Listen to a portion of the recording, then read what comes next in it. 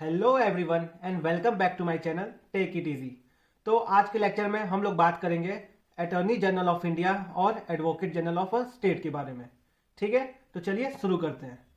तो attorney general of India और advocate general of state के बारे में हम लोग साथ में ही पढ़ेंगे, क्योंकि दोनों ही जो है वो एक लीगल ऑफिसर का पोस्ट है। ठीक है, जो अटॉर्नी जनरल ऑफ इंडिया होता है वो इंडिया का हाईएस्ट लीगल ऑफिसर होता है, और जो एडवोकेट जनरल ऑफ स्टेट होता है वो स्टेट का हाईएस्ट लीगल ऑफिसर होता है। ठीक है, तो चलिए शुरू करते हैं। तो पहले बात करते हैं इनके कॉन्स्टिट्यूशनल प्रोविजन के बारे में। तो जो अटॉर्नी जनरल ऑफ इंडिया का जो प्रोविजन है वो आर्टिकल 76 में दिया हुआ है, और एडवोकेट जनरल का जो प्रोविजन है वो आर्टिकल 165 में दिया हुआ है। इनके पोजीशन के बारे में बात करें तो chief legal adviser to central government.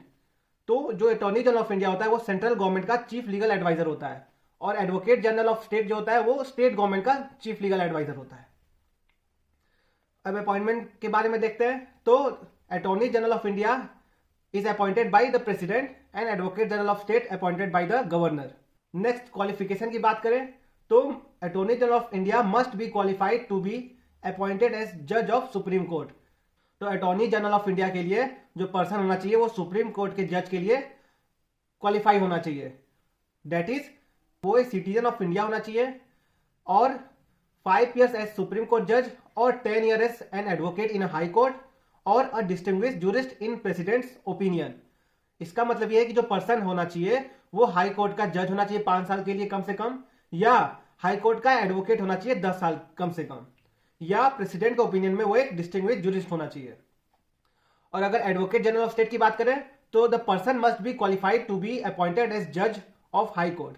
कि जो पर्सन होना चाहिए वो हाई कोर्ट के जज के लिए क्वालिफाइड होना चाहिए अपॉइंटमेंट के लिए, जिसका मतलब है कि वो एक सिटीजन ऑफ इंडियन होना चाहिए, इंडियन सिटीजन होना चाहिए, and 10 years as an advocate in a high court. High court में 10 साल के लिए कम से कम वो एज एन एडवोकेट होना चाहिए, और कोई जुडिशियल ऑफिस कम से कम 10 years के लिए होल्ड करना चाहिए उसको।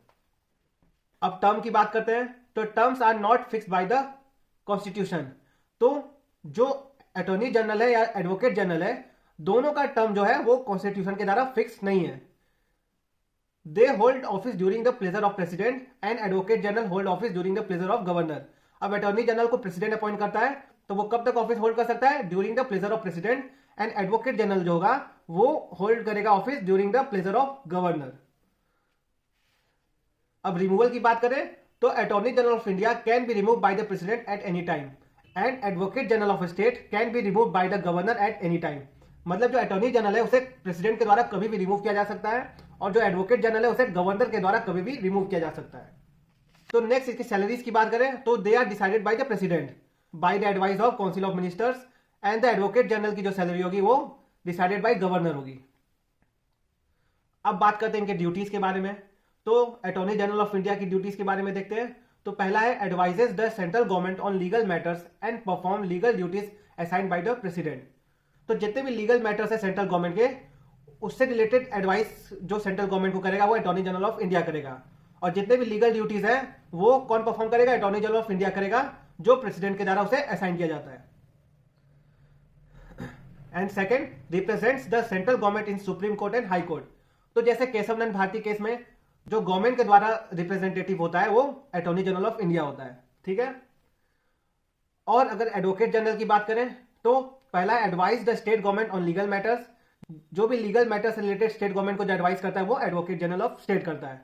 And second, represent the state government in legal cases in high court.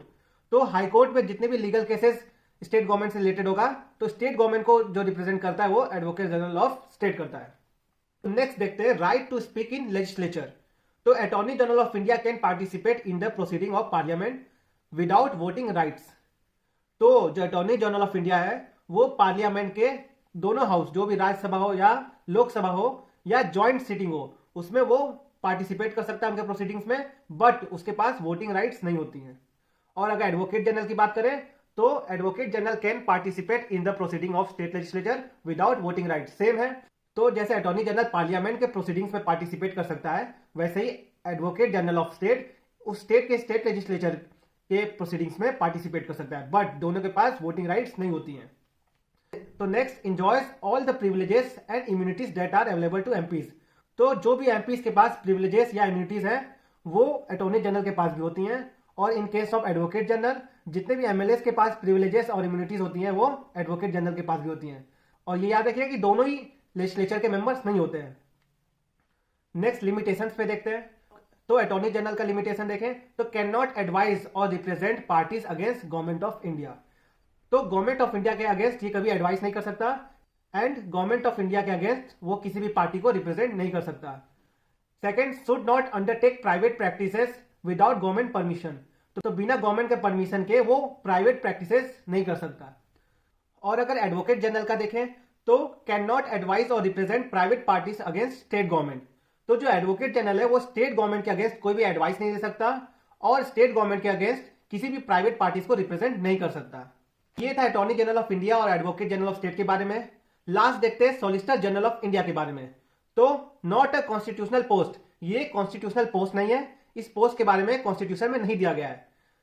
Govern by statutory rules, ये एक पार्लियामेंट के स्टैट्यूटरी रूल्स पे गवर्न करता है, ठीक है। Next, second highest legal officer after attorney general of India. Attorney general of India के बाद ये इंडिया का सेकंड हाईएस्ट लीगल ऑफिसर है। अपॉइंटेड बाय द प्रेसिडेंट, ठीक है, इसे किसके द्वारा अपॉइंट किया जाता है? प्रेसिडेंट के द्वारा अपॉइंट किया जाता है।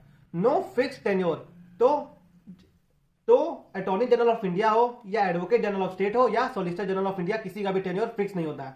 इसका मतलब ये प्रेसिडेंट के द्वारा किसी भी टाइम पे इसे निकाला जा सकता है। Last, assist the attorney general of India in legal duties and represent the union in important cases. तो अटॉर्नी जनरल ऑफ इंडिया को ये असिस्ट करता है जितने भी लीगल ड्यूटी से रिलेटेड काम होते हैं, ठीक है, and represent the union in important cases, और ये यूनियन के इंपॉर्टेंट केसेस को भी ये रिप्रेजेंट करता है। तो इसी के साथ साथ हम लोग ने attorney general of India, advocate general of state and solicitor general of India यहाँ पे खत्म कर दिया है। होपफुली आपको ये लेक्चर पसंद आया होगा। अगर पसंद आया तो इस वीडियो को लाइक करें, मेरे चैनल को सब्सक्राइब करें, और अगर ये नोट्स आपको चाहिए तो नीचे डिस्क्रिप्शन में टेलीग्राम लिंक दिया हुआ है, उससे ओपन करके आप ये नोट्स का PDF वहां से डाउनलोड कर सकते हैं। Thank you so much and have a nice day.